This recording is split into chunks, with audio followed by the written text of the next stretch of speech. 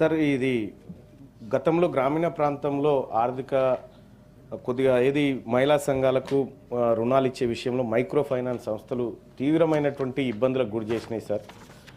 వడ్డీల మీద వడ్డీలేసి ఆ సమయంలో మనం తీసుకొచ్చుకున్నటువంటి స్త్రీనిధి ఏదైతే ఉందో సార్, ఆ స్త్రీనిధి ఈ పరపతి సహకార సమాఖ్య ప్రస్తుతం ఒక 350 కోట్ల టర్నోవర్తో ముందుకు పోతా ఉంది సార్. అది మంచి విషయం. కాకపోతే ఇంత టర్నోవర్ ఉన్నటువంటి వ్యవస్థకు ఒక ఐఏఎస్ ఆఫీసర్ మేనేజింగ్ డైరెక్టర్గా ఉండాలనేటువంటి ఒక నిబంధన ఉన్నట్టుగా తెలుస్తూ ఉంది సార్. సో ఈ స్త్రీనిధిలోనే ఇంకా కొన్ని చిన్న చిన్న సమస్యలు ఉన్నాయి సార్. ఈ స్త్రీనిధి సమాఖ్యలో చాలామంది అంటే రిటైర్ అయిపోయిన వాళ్ళతోటి ఇది నడిపించడం వల్ల కొద్దిగా వేగం తగ్గిందనేటువంటి ఆరోపణలు ఉన్నాయి సార్. ఇక అలాగే ఈ సిబ్బందికి స్త్రీనిధి సిబ్బందికి సెర్ఫ్ మెప్మా సిబ్బందికి రాష్ట్ర ప్రభుత్వ ఉద్యోగులతో వేతనాలు ఇస్తామని గతంలో ప్రభుత్వం ప్రకటించింది సార్. అది అట్లాగే పెండింగ్లో ఉన్నటువంటి అంశం సార్ సుదీర్ఘ కాలం నుంచి. ఇక ఇటీవల కాలంలో సార్ దాదాపుగా ఈ స్త్రీనిధి నుంచి దాదాపు ఒక 451 మంది రిజైన్ చేసి వెళ్ళిపోయినారు సార్.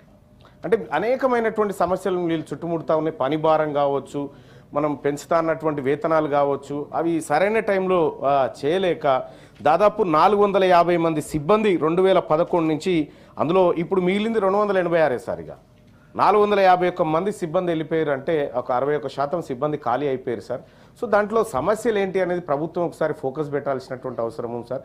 ఆ సిబ్బందికి జరుగుతున్న ఇబ్బందులు ఏంటి అనేది కూడా ఒకసారి ప్రభుత్వం చర్చిస్తే, మరీ ముఖ్యంగా దానికి ఒక ఐఏఎస్ అధికారి సార్, ఎట్లయితే మనం విజయ డైరీ కానీ ఇతర వాటికి ఎట్లయితే ఆఫీసర్లను పెట్టుకుంటా ఉన్నామో సార్, సేమ్ దీనికి కూడా అట్లాంటి ఆఫీసర్ను పెడితే ఇది కొంతవరకు ముందుకు పోయేటువంటి అవకాశం ఉంది సార్. ఇది మరీ ముఖ్యంగా గ్రామీణ ప్రాంత మహిళలకు చాలా మంచిగా ఉపయోగపడేటువంటి కార్యక్రమం సార్ ఈ సెర్ఫ్ది. ఇక భవన నిర్మాణ కార్మికుల సమస్య సార్, పాపం ఇవాళే భద్రాచలం కాడ 6 అంతస్తుల భవనం కూలిపోయిన ఘటనలో పాపం ఒక 2 మేస్త్రీలు లోపలనే ఉన్నారు, ఇంకా కొద్దిమంది కార్మికులు కూడా ఉన్నట్టున్నారు సార్.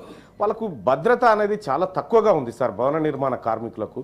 వాళ్ళకు భవన నిర్మాణ రంగంలో కార్మికునికి ఏదైనా ప్రమాదం ఏర్పడితే ప్రమాద బీమా చెల్లింపుతో పాటు మరి గాయాల పాలైన తర్వాత ఫర్దర్గా వాళ్ళు పనిచేయడానికి కూడా ఏముండదు. కాబట్టి ప్రభుత్వం కొంత ప్రతి నెల కనీసం ఒక 5,000 రూపాయలన్నా ఇచ్చి ఆ కుటుంబానికి అండగా నిలబడాల్సినటువంటి అవసరం ఉంది సార్. అలాగే భవన నిర్మాణ కార్మికులందరికీ ఈఎస్ఐ వైద్య సదుపాయాన్ని కూడా కల్పిస్తే మంచిగా ఉంటుందని తమరి ద్వారా కోరుతా ఉన్నాం సార్. అలాగే భవన నిర్మాణ కార్మికుల సంక్షేమ బోర్డు కార్డు ఏమో 60 సంవత్సరాలు కాకుండా శాశ్వతంగా సభ్యత్వం ఉండే విధంగా చేస్తే భవన నిర్మాణ కార్మికులకి రాష్ట్ర ప్రభుత్వం మంచి చేసింది అవుతుంది సార్.